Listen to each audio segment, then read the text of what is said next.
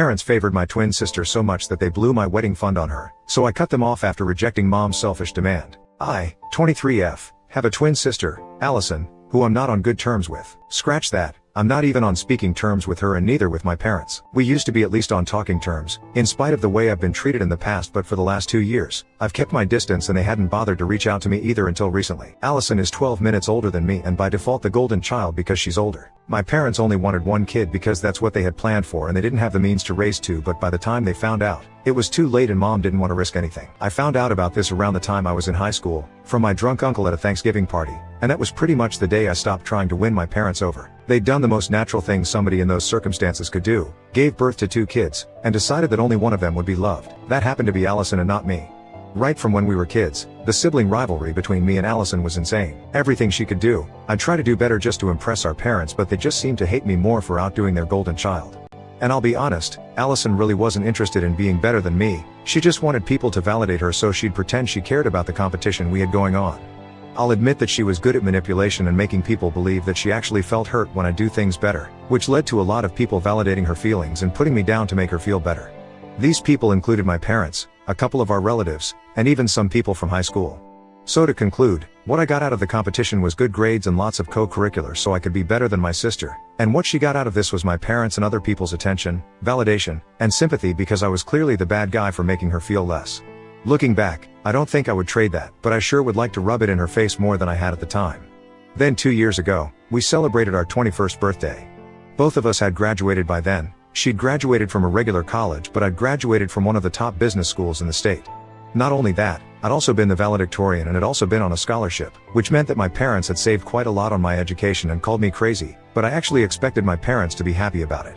They weren't and only paid attention to Allison and her future because she had barely scraped by. Both of us had moved back home, but while I was working from home at a firm as an intern already, Allison was still looking for jobs and getting rejected left and right.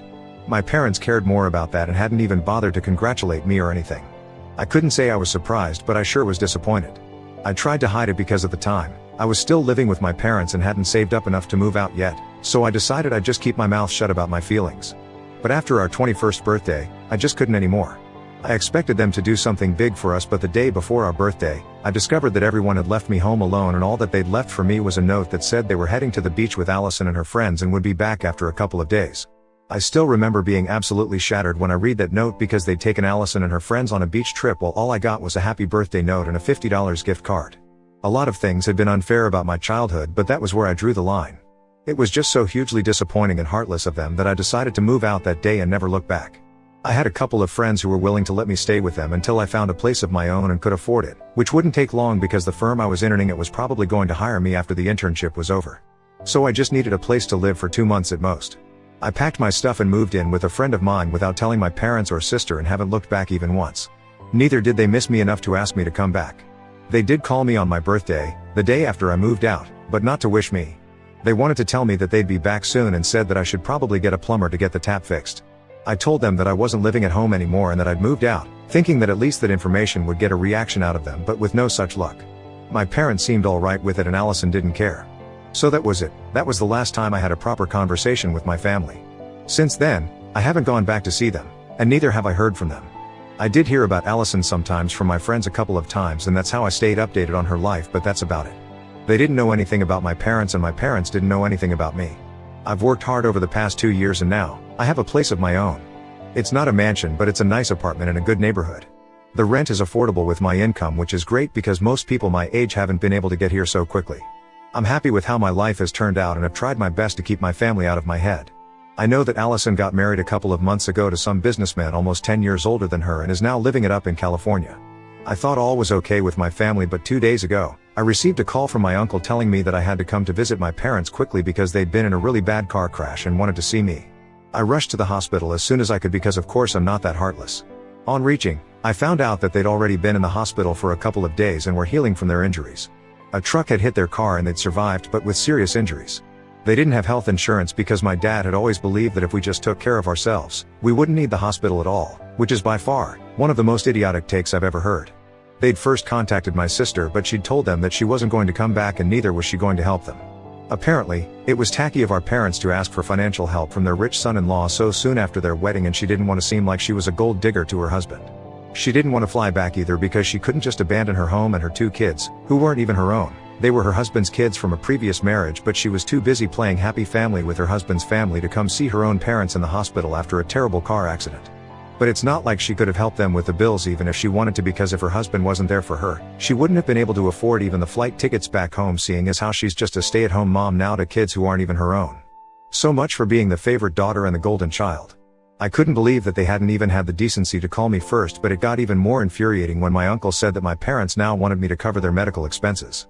It's obviously a huge amount and it'll take me a long time to recover from a financial loss like that. I don't want to have to spend so much, especially on people who never cared for me or showed me any love my entire life. I know they have other family to take care of them, and even if I don't pay for them, someone else will. It's just that it'll probably be more humiliating for them to take money from others, and they'll definitely have to return it a lot sooner than they would have had to return the money to me. At least that's what they told me while requesting me to cover the bills, and even promised that I'd have the money back in no time. So I don't know, I'm in a tough spot right now. I can either humiliate my parents by refusing to pay their medical bills and look out for myself, or I can pay for them, lose out on my own money, and then keep waiting for them to return that amount. If I'm gonna be totally honest, I'm not inclined to pay for them at all. We haven't spoken in the last 2 years and things have been bad between me and my family for as long as I can remember. They're as good as strangers to me now, so I don't feel very compelled to help them out right now, but then that would mean I'm no better than Allison, which would suck. So Ida for not wanting to help my parents pay their hospital bills after they were in a really bad car accident? Update 1. Hey, there. I decided not to help my parents. It was a really hard thing to do, but to be honest, I knew their bills would be taken care of, so they had nothing to be worried about. They'd only asked me because they didn't want to ask their other relatives and were being too egoistic. I haven't told them about it yet though, because how do you even tell your family that you're not going to be helping your parents cover their medical expenses after they've been in such a terrible accident? It's been almost 5 days since I met them, and after reading the comments, I realized that I was still subconsciously competing with Allison. She didn't help our parents, so I felt the need to step up and prove that I was the better daughter or whatever. I guess I won't ever be able to get rid of that competitive streak no matter how hard I try, it's just who I am now. Most of the comments did say that it was stupid of my parents to not have health insurance, and I agree. It was really stupid of my father to discourage that, and had I been part of their lives, I would have made sure that he got insurance. He didn't even have his car insured because he thought he was that great of a driver. They're lucky that the accident was the truck driver's fault, because otherwise, the cost of the car repairs would also be coming from their own pockets. Coming to their financial situation, which a lot of you had asked about to come to a conclusion, I'd say that my parents are okay. They're not rich, they're not poor. My dad is the sales head at the company he works in, and my mother works in HR but at a smaller firm. Their combined income is enough for them, and since they no longer have to support me or Allison, I'd say they have sufficient. Growing up, Allison and I didn't have to worry about money, but of course, we couldn't live extravagantly either. We were in the middle, and we still are, but I can't figure out why my parents won't be able to pay for their bills themselves. If they can borrow money but then promise to return the money eventually, then they can surely just pay the bills themselves. They haven't told me the reason why either, and I don't think I'll be able to find out after this either. Update 2. I told my parents that I won't be covering their expenses. They'd been calling me for the past week, and yesterday, I finally realized that I couldn't just ignore them and let this go on until they were out of the hospital. So I answered their calls and told them that I'd thought about it and I didn't think I felt the need to help them. As expected, they didn't take it very well and were very angry about it. My mom totally tore into me and yelled at me as loudly as was possible for her with her broken ribs. Called me ungrateful and stuff, the usual. My dad just told me that I was no longer their daughter and disconnected the call after my mom was done yelling at me. It didn't hurt the way I'd thought it would, because I hadn't been their daughter for a really long time. I mean, I can't even remember the last time I felt loved by my parents. And they hadn't spoken to me on purpose or checked up on me for 2 years just because I'd moved out after they'd ignored me on an important birthday. So I'd never had parents anyway. I'm just going to lead my life the way I was for the last 2 years, and probably even before that. This doesn't make that big of a difference to me like my parents had thought it would, unfortunately. My uncle did call me after the phone call with my parents to give me another earful, but I hung up after the first couple of seconds because I didn't need this from others, too. They could think whatever they wanted about me, it just didn't matter to me at this point. My uncle then texted me to inform me that they still had another family to arrange the money from, and that since it had come to this now, my parents had decided to use the money from the fund they'd set aside for our wedding. They'd already blown more than half of the wedding fund on Allison's wedding, and whatever little money they had left after that, they'd spent on a Europe trip, which is why now they barely had any savings left, and that's why they couldn't pay for themselves. So that's one mystery solved. Of course, my uncle had told me everything to make me feel bad, but all it made me feel was relief that I hadn't spent my hard-earned money on my parents' bills. They'd spent their own savings irresponsibly, and that wasn't my fault. Their not having insurance because of their own delusional beliefs was also not my fault. Now they could borrow money from their relatives or go to hell, but I wasn't giving them anything. They weren't entitled to anything that of mine anymore, not my time and definitely not my money. Update 3, hey, so something really weird happened today and I need to get this off my chest. I haven't been able to tell my friends about anything that's been happening with me because most people I know right now haven't known me for long and I don't think I want to reveal anything about my history with my family to these people right now. So Reddit is all I have. Anyway, it's been almost 2 weeks since I last spoke to my parents. A couple of hours back, around the evening, Allison showed up at my place and I was surprised by her sudden visit.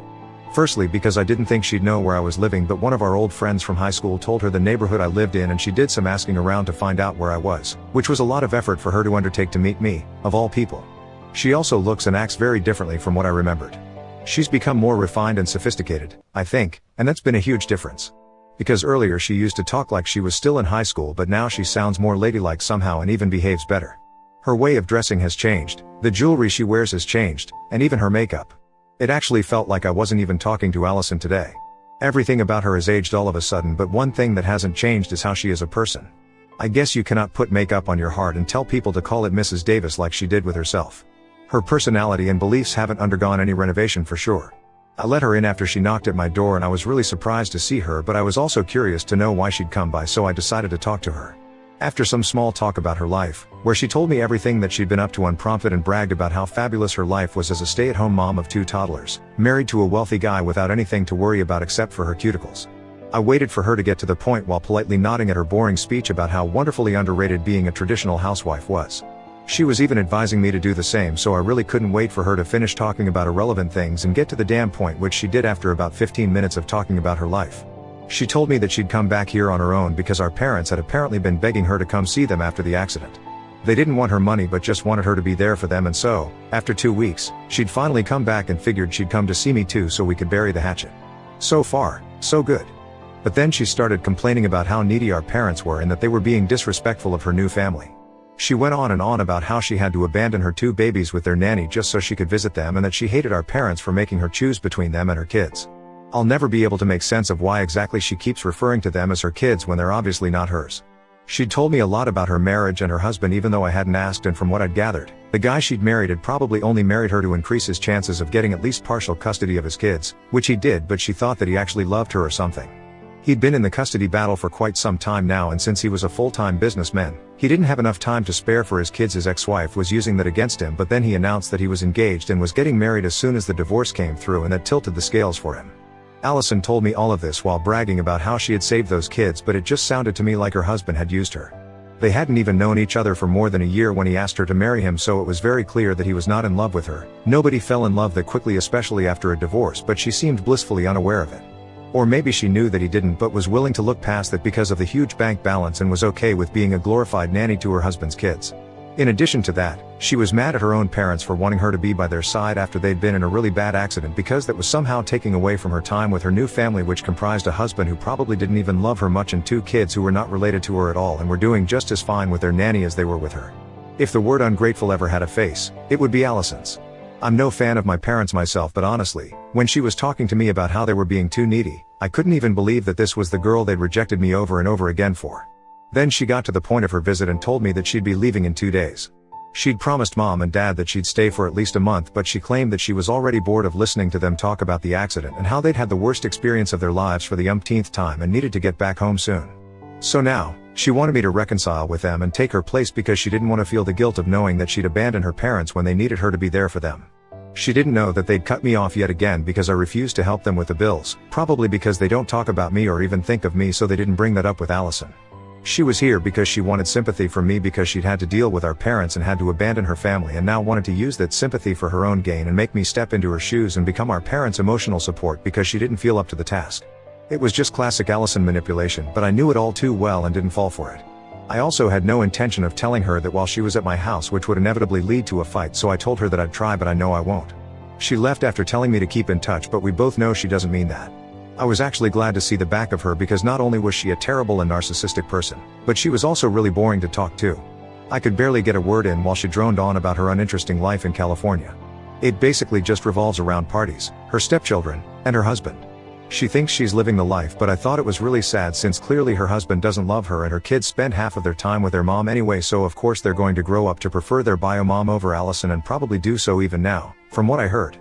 But it's okay because that's the life she chose for herself. And the life I choose for myself is going to be one that is far, far away from my family because they're really undeserving of even 1/4 of my attention or sympathy. If anything, today taught me that I'd been right to distance myself from my parents and my sister because I do not want to be part of these people's lives. They're incredibly selfish and cruel, and I highly doubt they're even capable of thinking of anyone apart from themselves, especially Allison. I'm ashamed that I'm even related to such people, honestly. At least now I've been able to cut ties with all of them for good, and it isn't likely that they'll be able to get in touch with me anytime soon. I blocked Allison as soon as she left, and I've already had my parents and other relatives blocked for a couple of days now. So I think I'm safe from being troubled by my family for at least the near future. I'll pray that they don't get back in touch with me after this either, because I'm way better off without them.